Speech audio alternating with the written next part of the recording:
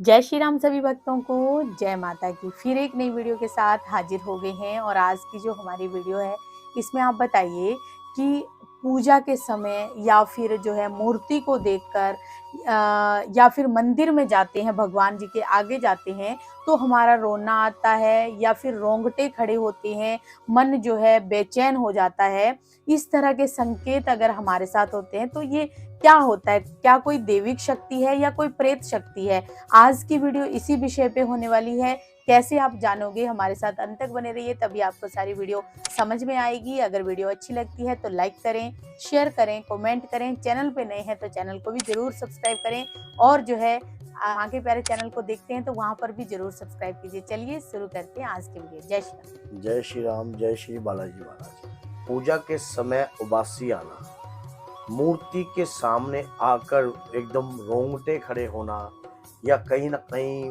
मन में रोना आना, घबराहट भी होना, शरीर में बेचैनी हो जाना, तो ये सब बातें जो है कुछ अलग अलग तरीके की हैं और अलग अलग शरीर के साथ प्रभाव हो रहा है और अलग अलग आपको महसूस होता है, क्योंकि सभी व्यक्ति को एक जैसा महसूस नहीं होता।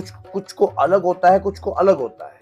कई व्यक्तियों का ऐसा होता है कि जब वो पूजा स्थान पे जाते हैं, मंदिर में जाते हैं या कोई मंत्र जाप करते हैं, माला जाप करते हैं या कोई आप मान लो पाठ पूजा करते हैं, तो उनकी उबासियां आने उनको बहुत लंबी लंबी उबासियां आने लग जाती हैं। शरीर में ऐसा लगता है कि जैसे कि कोई खिंचाव आ रहा है। ये सच्चाई है, क्योंकि जब हम पूजा करते हैं, शरीर पर अगर उबासी आती है तो कई बार पितरों की कृपा भी होती है शरीर के ऊपर। कोई घर का पितर आपके शरीर पर आ रहा है और शरीर के रोंगटे खड़े होना, आंखों से आंसू आना, ये पितर के संकेत भी होते हैं।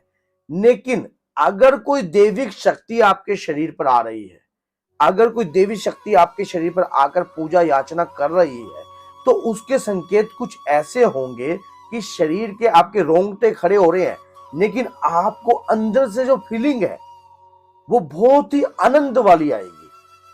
मान लो आपका मन करेगा कि मूर्ति के सामने आप बैठे हो या पूजा कर रहे हो या मंत्र कर रहे हो, मगन होने का, मान लो रमने का मन करेगा कि मैं मंत्र जाप में भी रम जाऊं और शरीर के अंदर।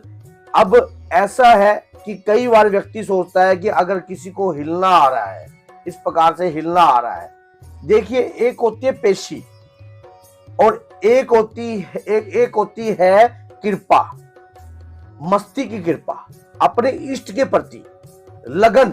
शरीर के अंदर जब दूसरी आत्मा रहती है या कोई दैविक शक्ति शरीर पर रहती है तो वो मगन होती है उस शरीर के ऊपर आकर, उस अपनी मस्ती में झूमती है, अपनी मस्ती में खेलती है, मतलब अपनी दैविक कृपाओं के सामने वो कृपा की प्राप्ति के लिए रझाती है माँ को, देवताओं को। शक्तियां जो शरीर पर अगर आ रही है, आपके शरीर पर अगर पूजा के समय उबासियां आती हैं, खिंच खिंच के उबासियां आती हैं, तो कोई ना कोई पितृ कृपा आपके शरीर पर आ रही है। और वो पितृ कृपा जो है, आपके खानदान की कोई ऐसी शक्ति है जो आपके इष्ट की आराधना करती थी, आप जिस वो हनुमान जी की करती थी या माँ दुर्गा की करती है या कोई भी, अगर खिंच खिंच के उबासियां आ रही है पूरी और उबासियों के साथ आंखों से आंसुओं की धारा भी बह रही है, तो आपके ऊपर कोई पितृ कृपा आ रही है।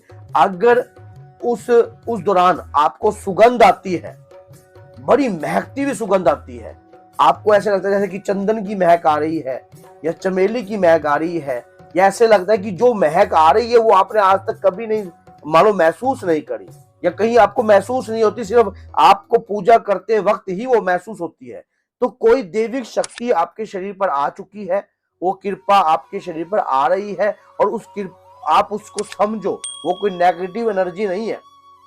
हाँ, अब बात आ जाती है कि नेगेटिव एनर्जी की।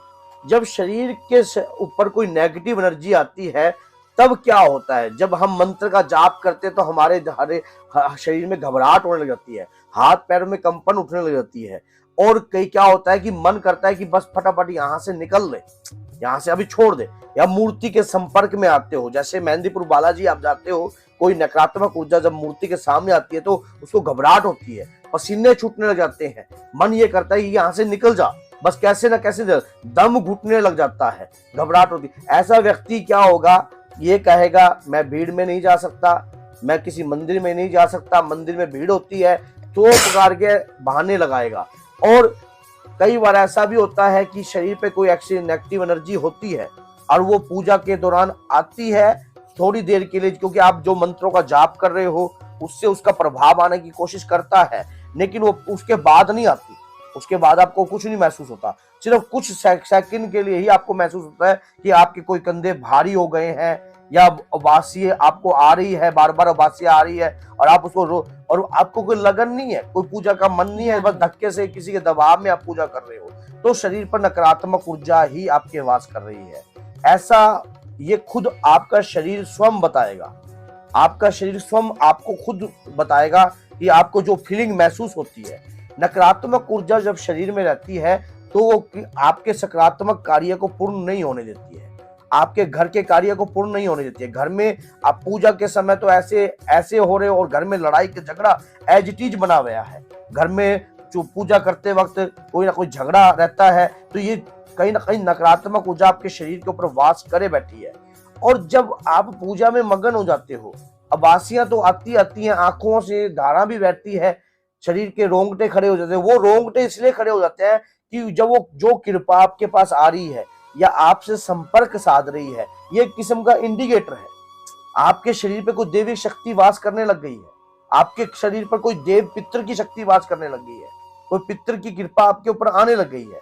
देखिए, अपने कभी भी कोई भी पूजा याचना आप पकड़ लीजिए, चाहे हनुमान जी की कीजिए, चाहे माँ दुर्गा की कीजिए, इस बात को आप कभी मत भूलना कि आपकी करी हुई पूजा कभी व्यर्थ जा सकती है। अगर आपने ये मन में संदेह ले लिया कि वो पूजा करी हुई व्यर्थ चली गई, तो आपकी पूजा सिद्ध ही नहीं होगी। आप जो पूजा पाठ कर रहे हो वो भविष्य में आपको पुण्य जरूर दिवाएगी और आपको कृपा जरूर दिलाएगी। आप अब कई व्यक्ति होते हैं बुढ़ापे में आते हैं तो जब जाकर राम जी का नाम लेते, पूरी जवानी उन्होंने कुछ भी भगवान का नाम नहीं लिया, लेकिन जब शुद्ध हो जाती है अच्छे और बुरे की, कहते कि जब बच्चा कोई चीज तोड़ दे तब उसको माँ बाप कहते हैं डांट मारते हैं, डांट मार के। अगर कोई समझदार व्यक्ति चीज तोड़ता है तो उसको कहते हैं यार तेरे को दिखना तो चाहिए था, तो समझदार व्यक्ति है। तो इसी प्रकार से जब आपको समझ आ जाए तभी भगवान की पूजा याचना आप करने लग जाओ। और जब इस प्रकार की प्रक्रिया होने लग रही है, उबासियां आ रही हैं, आंखों से आंसू आ रहे हैं, शरीर के रोंगटे खड़े हो रहे हैं, तब आपको पूजा से पीछे नहीं हटना चाहिए। तब आपको कोई शक्ति कह रही है कि आप पूजा करो और पूजा कर कर कृपा को प्राप्त करो। और उस दौरान में क्या होता है, बहुत सारी बातें आपके मन में गुमराह में रहती है कि ऐसी क्या चीज है जो शरीर पर ऊर्जा हो गई। अगर आपने हनुमान जी को लेकिन किसी की भक्ति कर रहे हो, पहले इष्ट देव धारण कर उसके दौरान फिर आप उस अपने इष्ट को इतना प्रसन्न कीजिए कि वो आपके साथ संपर्क साधेंगे, अपने आप ही उनकी शक्तियां आपसे कांटेक्ट करेंगी, अपने आप ही आपको महसूस होगा, अपने आप ही आपको एहसास होने लगेगा। किसी की बातों पे जाने की कोई आवश्यकता नहीं है, आप स्वयं अपने शरीर की ऊर्जा से संपर्क साध सकते हो देवी शक्तियों के साथ। आपकी कुंठ की ऊर्जा जागृत करनी पड़ती है, भक्ति से जागृत होगी, मंत्रों की शक्ति से जागृत होगी, और ये जब प्राप्त होगी तब आप स्वयं देखोगे ये इंडिकेटर जो हमने आपको बताए हैं, ये जिस भी व्यक्ति के साथ ऐसा हो रहा है वो इस चीजों को अच्छे तरीके से समझ सकता है, क्योंकि जिसने इस प्रकार की फीलिंग को देखा है, इस प्रकार की चीजों को महसूस किया है, वो व्यक्ति अच्छे तरीके से महसूस कर सकता है, समझ सकता है कि ये चीजें वाकई में हमारे साथ हो रही है, तो ये चीजें इस प्रकार की क्लैरिटी उसकी ये है, ये चीज मान लो हमारे शरीर के अंदर जागृत हो चुकी है। तो ऐसी अगर आपके साथ हो रही है तो देवी शक्तियां की कृपा आपके ऊपर हो रही है, आपके पितृ जो है देव पितरों की कृपा आपके ऊपर हो रही है। अगर नेगेटिव है तो भी मैंने आपको बताया है। तो बोलिए जय सीताराम, जय श्री बालाजी महाराज।